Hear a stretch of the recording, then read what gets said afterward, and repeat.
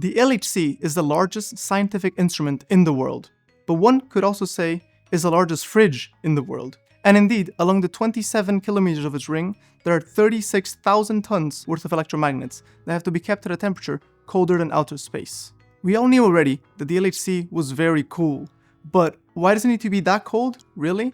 The LHC creates collisions of particles with energies never before reached by humankind, so we can expand our understanding of the universe.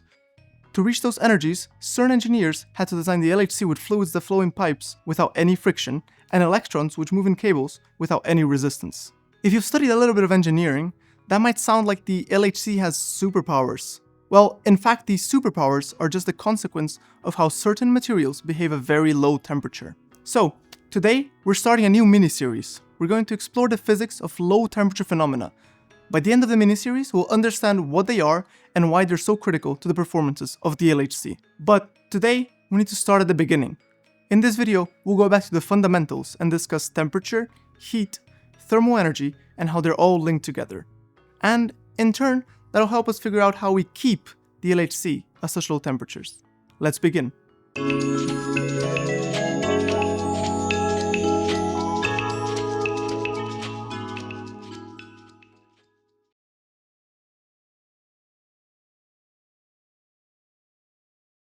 Here, we have a block of wood and a block of metal.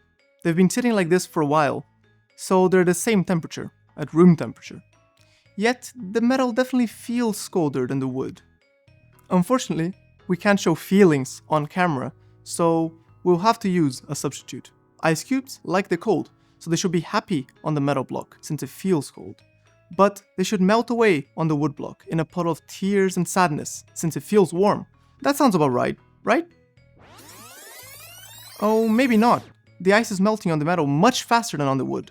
So, if that wasn't clear at this point, temperature and heat are confusing concepts. It doesn't help that we tend to use these terms interchangeably in everyday life. Like when we talk about a heat wave in summer. Do we mean it feels hot? Or that the temperatures are high? It turns out these are not exactly the same thing. To disentangle these concepts, we'll need to simplify things. And for now, ice, metal, and wood fall in the category of things that are definitely not simple. Believe it or not, to a physicist, one of the simplest things in the world is this, a helium balloon. When it is not moving, like this, it's not the most exciting thing. At our scale, also known as the macroscopic scale, it doesn't appear to have any kinetic energy. Physicists like this balloon so much because helium atoms are quite solitary. They always hang out on their own, never forming chemical bonds with another atom. And that makes their behavior very simple. A good model of what happens inside the balloon at the scale of atoms, also known as the microscopic scale, is this. We have small, rigid spheres moving in straight lines, some a bit faster than others, and only changing direction when they hit something. Of course, this is just a model. Helium atoms are not really little billiard balls, but now we can feel that there's definitely energy linked to what's happening at the microscopic scale. We call it internal energy. It is separated in scale from the macroscopic energy we're used to. Doing this does not really change the internal energy of the gas in the balloon. The microscopic motion of helium atoms is very simple. They all just carry themselves from one place to another. We call this translational motion. So basically, helium gas's internal energy is just the kinetic energy associated with translational motion. And that is all we need to know to introduce the concept of temperature. Temperature represents the average translational kinetic energy of the atoms forming the helium gas. It is a quantity which we use at the macroscopic scale, but which relates to the energy at the microscopic scale. Now, let's make sure we get the difference between internal energy and temperature just right. This is a model of a box filled with helium gas, and this is a model of a bigger box, filled with even more helium gas. On average, the atoms of the small box are moving at the same speed as the atoms of the big box. So, the two boxes are the same temperature. But that does not mean that the two boxes have the same internal energy.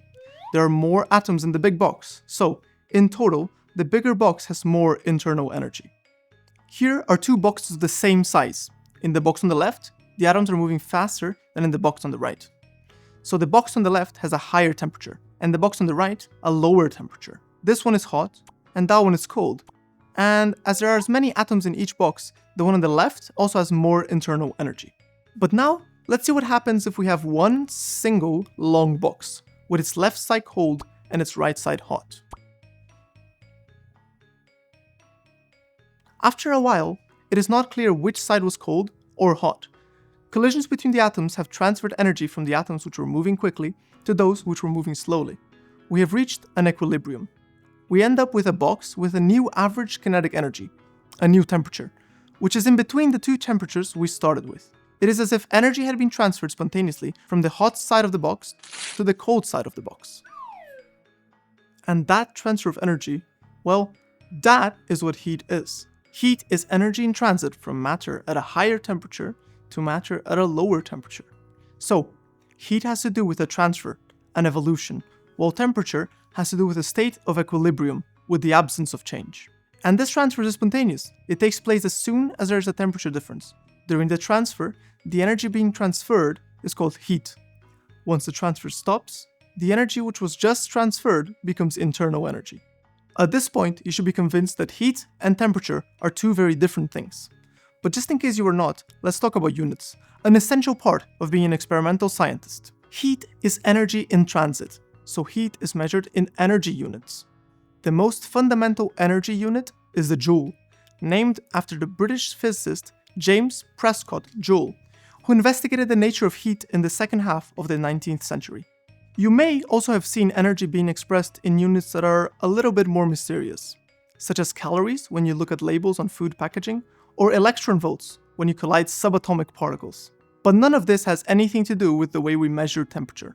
For that, you're probably familiar with degrees Celsius. But in our videos, we are also going to use the unit that truly matters, the Kelvin, named after another 19th century British scientist, William Thomson? He was also known as Lord Kelvin, after Queen Victoria elevated him to the House of Lords. That's how good a scientist he was.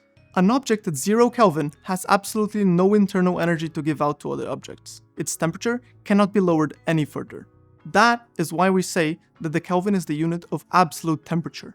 It starts at the lowest possible temperature imaginable. A good reference point to have in the Kelvin scale is that room temperature is about 300 Kelvin. So, as humans, we are quite comfortable at around the temperature of 300 Kelvin. So, what have we learned in this first chapter? We have seen that matter has energy at the microscopic scale, which we call internal energy. We have learned that temperature is a macroscopic quantity that represents the average energy of motion of the atoms or molecules making up the materials around us. We have learned that heat is the energy spontaneously transferred from a higher temperature object to a lower temperature object.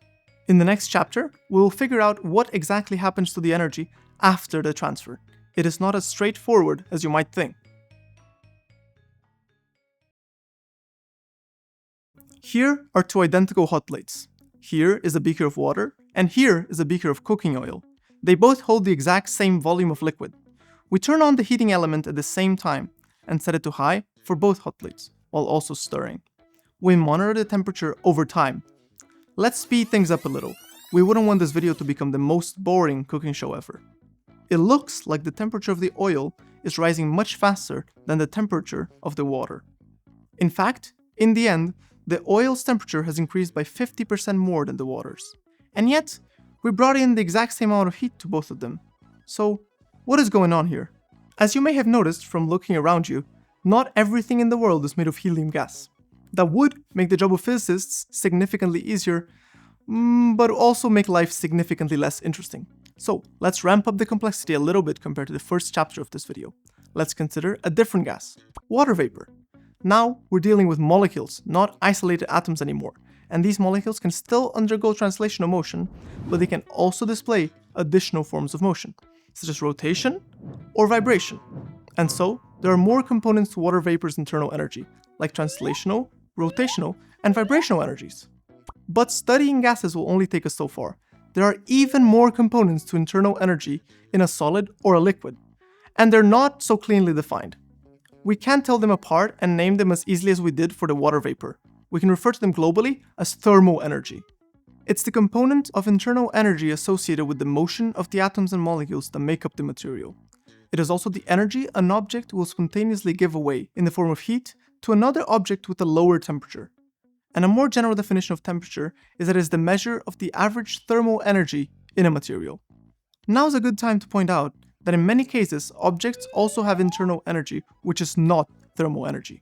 For example, solids and liquids hold themselves together because their constituent molecules are attracted to each other. There's energy associated with these attractive forces, and it's a form of potential energy. In this video series, we'll use the term separation energy to describe the energy it takes to separate things which are attracted to each other. At the macroscopic scale, the Earth and this rocket exert attractive gravitational forces on each other, and it takes tremendous energy to get the rocket off the Earth. Or, these two strong magnets exert attractive magnetic forces on each other, and we have to put in a lot of energy to separate them once they're stuck together. All of this is also true at the microscopic scale. We need separation energy to pull the molecules in a solid or a liquid apart.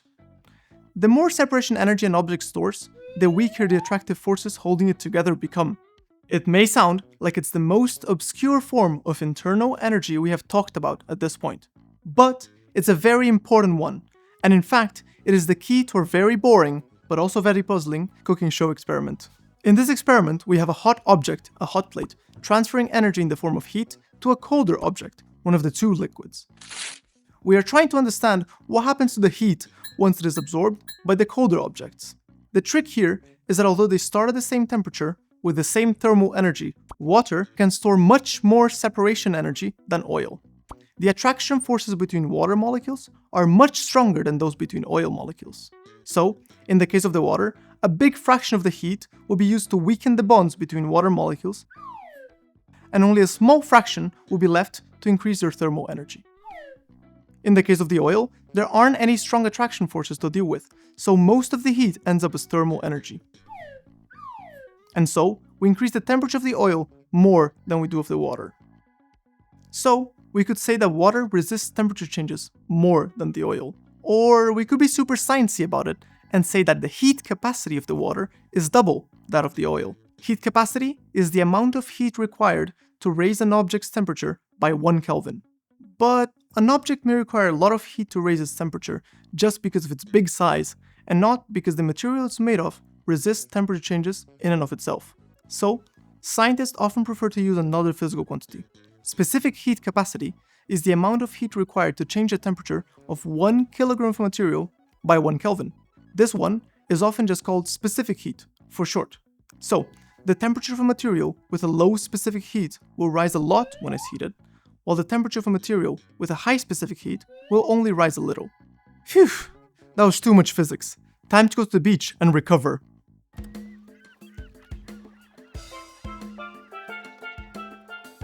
This is nice. But wait! Rats! It turns out there's a lot of interesting physics here too. Did you know that the specific heat of sand is 5 times smaller than the specific heat of water?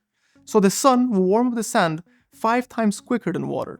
This explains why walking barefoot on sand on a hot summer day is so much more painful than walking at the nearby water.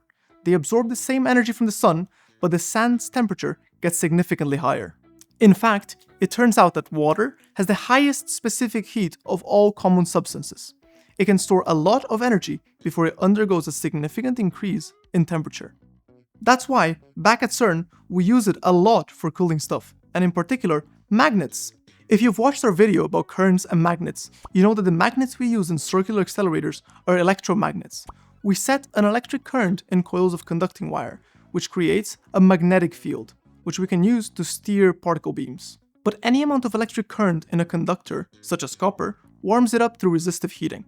At CERN, we have about 4,550 magnets with copper coils currently installed in our accelerators. They all require cooling. If we didn't cool them, resistive heating could cause the coils to overheat to the point where the magnets would melt. And no one wants a puddle of molten copper when they can have a perfectly functional magnet. And this is where water enters the scene. In a copper electromagnet, the coils are actually hollow. They're more like pipes than cables, in a way. Electrons flow in the walls of the pipe, and water flows inside the pipe.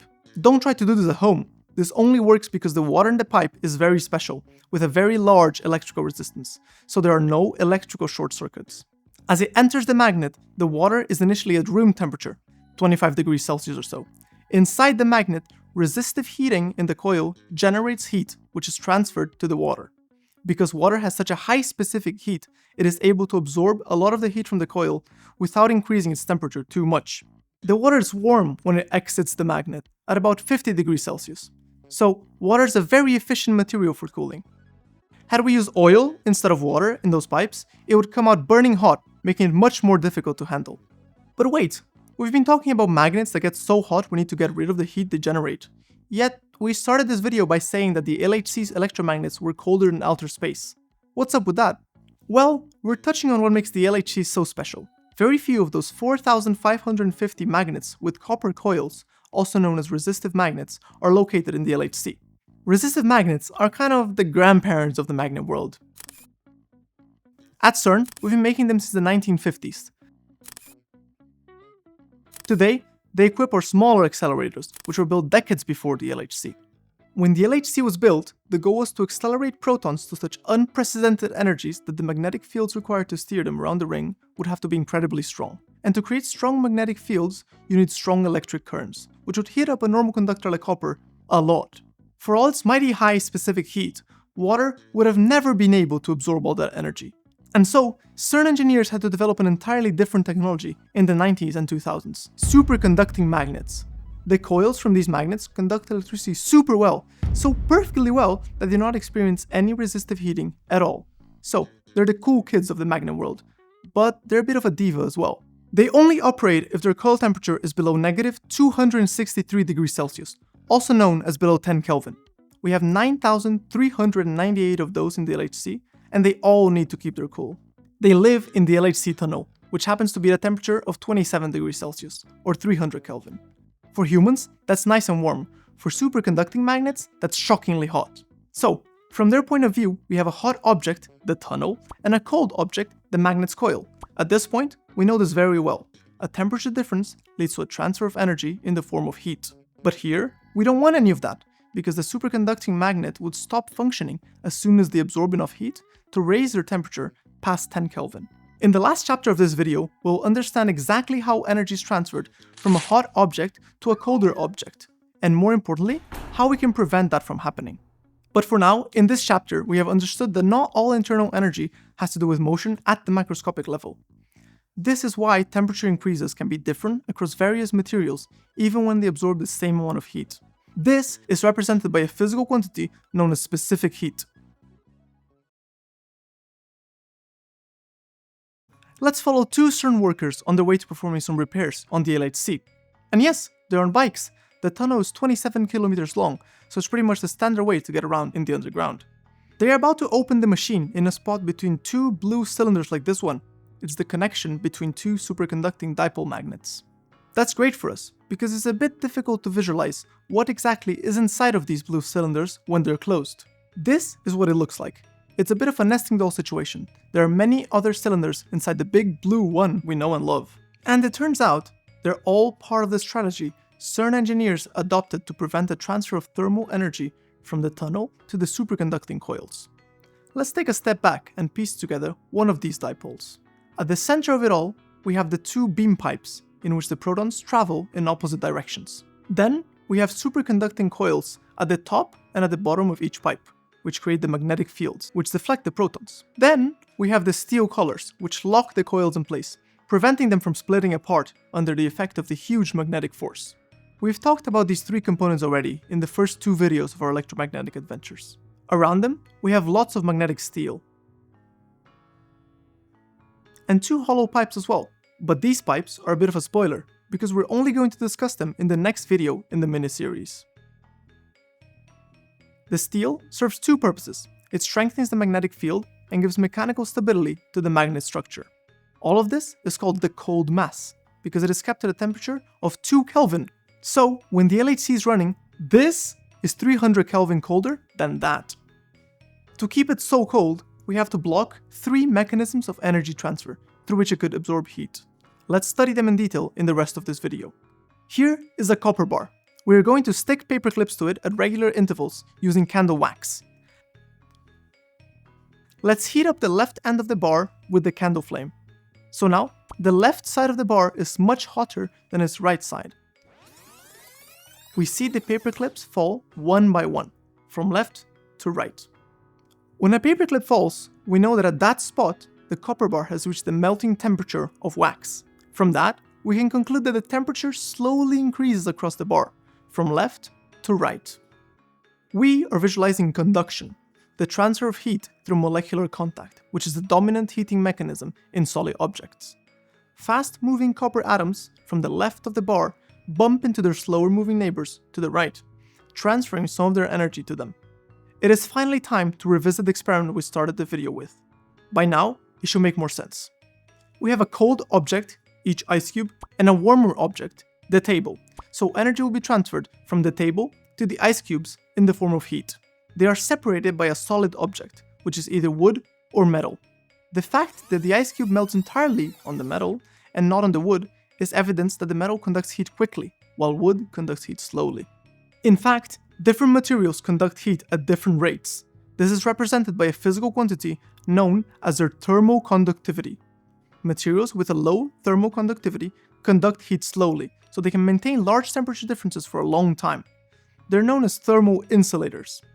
Materials with a high thermoconductivity conduct heat quickly, so they reach the same temperature everywhere very fast. They're known as thermoconductors. In the LHC tunnel, we have to put the cold mass of our superconducting dipole magnets on top of something, but to prevent it from warming up through thermoconduction, we want it to be in contact with as few solid objects as possible, and we want those to be the best thermoinsulators possible. The problem is, though, good thermoinsulators like wood, rubber, or glass are usually not the strongest materials. They're not great at holding heavy loads, but in our dipoles, each cold mass weighs nearly 30 tons. CERN engineers came up with a solution which is literally rocket science. Inside the blue cylinders, they put the cold mass on 3 small cylindrical feet, made of a composite material used in rocket engineering, glass fiber reinforced with a plastic resin. Each of these is able to support 10 tons and maintain a temperature difference of 300 Kelvin between the top and the bottom, while being remarkably lightweight. I bet you thought you'd never be so impressed by a plastic cylinder.